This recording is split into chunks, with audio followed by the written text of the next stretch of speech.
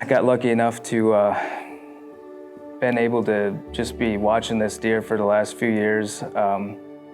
Ended up saving some pictures of what I thought was going to be a nice deer when he was 2 years old. You know, that's where it all started. 3 years old, he put on some decent mass. As a 4-year-old, he was a nice 17-pointer that took some effort to not shoot. He ended up busting his rack up quite a bit when he was a 4-year-old, and then just watched him grow as a 5. I had a lot of night pictures of him. I knew he was in the area, and just decided that I was gonna hunt those areas and not necessarily wait to get daylight pictures of him.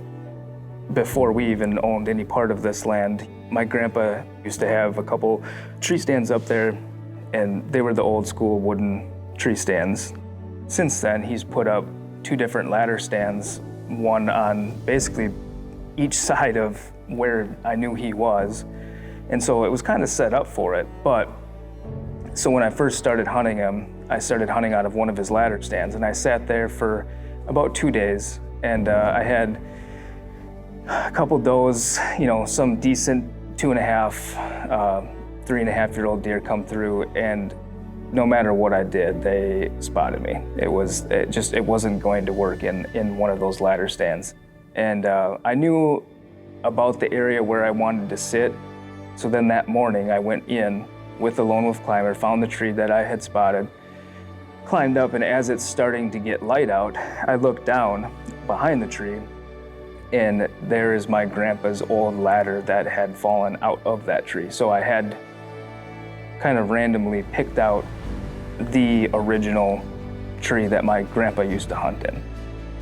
There was a bunch of deer up on top of this ridge, a bunch of 2.5s, probably 5 or 6 different does, and I think one of those does was getting close. And so they were doing some chasing up top, and I was looking the exact opposite way from where he ended up coming up the hill, and I heard a limb crack. And as soon as I turned around, he spotted me, and I thought, I'm done.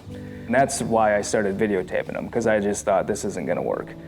But the more and more I was videotaping him, I could tell that he was starting to relax, kind of forgot about me, was looking up into the past me at some other deer that were up there.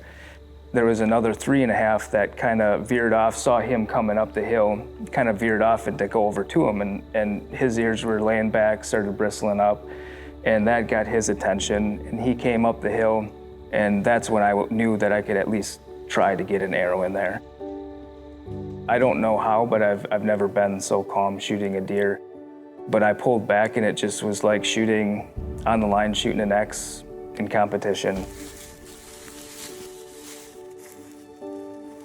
It was a special moment for me. My grandpa passed this deer up as a 4-year-old, and I couldn't believe it when he came down that night to the shed. He said, "Yeah, I passed up Mr. E tonight." And I go, "You gotta be kidding me." And he goes, "Nope, I passed him up." And sure enough, he made it through the year and then ended up growing into this. So, and unfortunately, my grandpa passed away while turkey hunting this last year in May. And so to be able to get an arrow in this deer, it meant a lot more to me than anything. It's more than just a 220-inch deer to me. It's my first 200 and hopefully not my last, but regardless of that, it just means a lot.